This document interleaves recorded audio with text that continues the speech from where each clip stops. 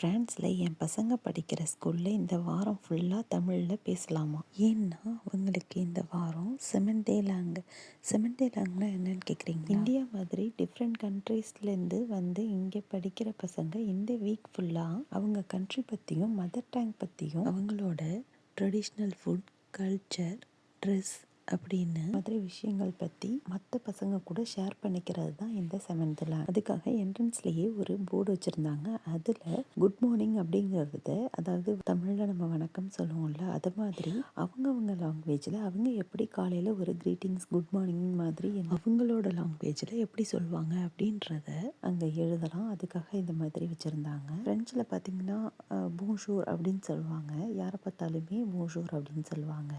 வந்ததுக்கு நாமளும் நம்ம லாங்குவேஜில் வணக்கம்னு எழுதுவோன்னு சொல்லிட்டு நானும் எழுதி வச்சேன். என்னோடய பசங்களை ஸ்கூல்லேருந்து வீட்டுக்கு கூட்டிகிட்டு வர வழியில் பார்த்திங்கன்னா செரீஸ் மரம் பார்த்தேன். அந்த மரம் ஃபுல்லாக அவ்வளோ செரீஸ் காய்ச்சிருந்துச்சு. ஃபுல்லாக பச்சை பச்சைன்னு இருக்கிற அந்த மரத்தில் அங்கங்கே ரெட் கலர் செரீஸ் பார்க்குறதுக்கு ரொம்ப சூப்பராக இருந்துச்சு.